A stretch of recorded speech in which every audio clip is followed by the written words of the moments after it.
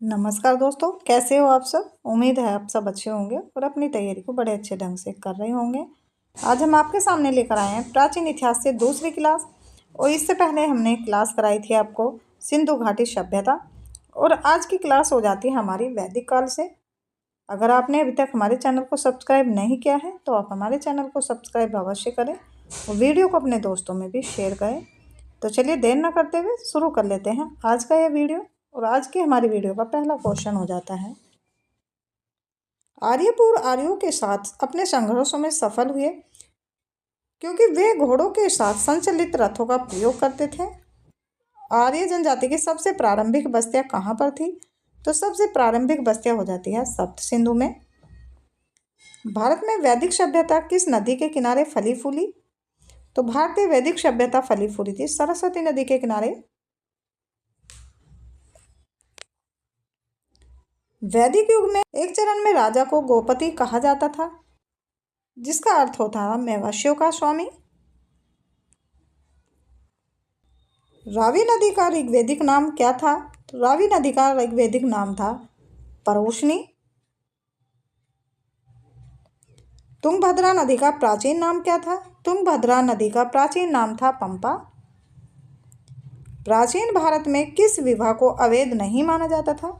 तो प्राचीन भारत में अवैध नहीं माना जाता था गंधर्व विवाह को। वैदिक आर्यों का मुख्य भोजन क्या था?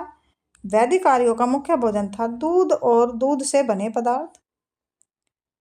आयु के आरोही क्रम में आर्य समाज में मनुष्य के जीवन में कौन से चरण हैं? तो मनुष्य के जीवन में चरण हो जाते हैं ब्रह्मचारी, गृहस्थ, वानप्रस्थ और संन्यास। प्राचीन भारत दर्शन के अनुसार पुरुषार्थ या जीवन के 4 उद्देश्य क्या हैं? तो 4 उद्देश्य हो जाते हैं धर्म, अर्थ, काम और मोक्ष। वैदिक काल के महत्वपूर्ण देवताओं का सही समूह कौन सा है? तो वैदिक काल के महत्वपूर्ण देवताओं का सही समूह हो जाता है अग्नि, इंद्र और सोम। वेदांग नहीं है। वेदांग क्या नहीं है? वेदांग पूर्ण मीमांसा वेदांग नहीं है। वेद, उपनिषद, पुराण और धर्मसूत्र सभी किस भाषा में लिखे गए हैं? तो ये सब लिखे गए हैं संस्कृत भाषा में। सूरदास ने अपने लेखन में किस भाषा का प्रयोग किया है? सूरदास ने अपने लेखन में किया है ब्रज भाषा का प्रयोग। आर्यों द्वारा किस शिल्प कौशल का अभ्यास नहीं किया गया था? तो यह नहीं किया गया था लोहार का। किस ऋषि के बारे में कहा जाता है कि उन्होंने दक्षिण भारत का आर्यकरण किया था? तो यह क्या था? अगस्त्य ने। जनजातीय मुखिया के चुनाव के समानतः कौन सी जनजातीय भाषाएं सम्मिलित होती हैं? तो यह सम्मिलित होती है समिति। वैदिक भजनों या मंत्रों के संग्रह को के रूप में जाना जाता है, तो यह जाना जाता है साहित्य को। भारत की जाति व्यवस्था किसके लिए बनाई गई थी? भारत की जाति व्यवस्था बनाई गई थी श्रम का व्यावसायिक विभाजन के लिए।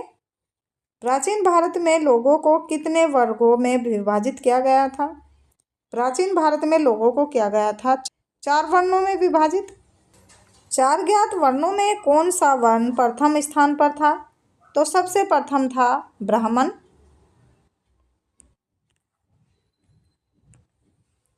वैदिक लोगों द्वारा सर्वप्रथम किस धातु का प्रयोग किया गया था? वैदिक लोगों द्वारा सर्वप्रथम किया गया था तांबे का प्रयोग। किसकी फसल के बारे में वैदिक लोगों को पता नहीं था?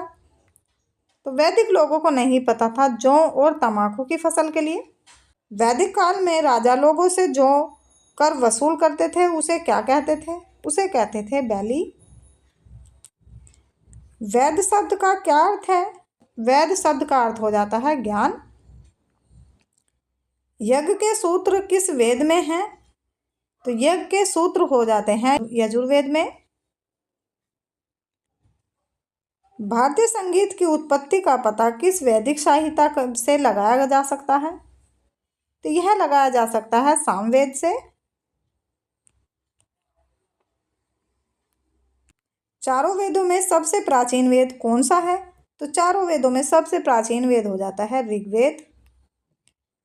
कौन सा वेद प्रारंभिक वैदिक युग की सभ्यता के बारे में जानकारी प्रदान करता है? तो यह प्रदान करता है ऋग्वेद। रुद्र शब्द का प्रारंभिक स्रोत किस वेद को कहा जाता है? तो यह कहा जाता है ऋग्वेद को। ऋग्वेद के सबसे प्रमुख देवता कौन है? ऋग्वेद के सबसे प्रमुख देवता हो जाते हैं इंद्र। ऋग्वेद का कौन सा मंडल पूरी तरह सोम को समर्पित है? तो ऋग्वेद का 9वां मंडल सोम को पूरी तरह समर्पित है। मनुस्मृति जिस विषय से संबंधित है वह किससे संबंधित है? तो यह हो जाती है कानून से संबंधित।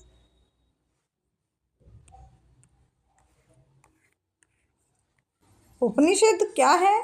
उपनिषद हो जाता है हिंदू दर्शन का स्रोत। उपनिषद शब्द का शाब्दिक अर्थ क्या है? तो यह हो जाता है श्रद्धा पूर्वक पास बैठना। सत्यमेव जयते शब्द किस उपनिषद से लिया गया है?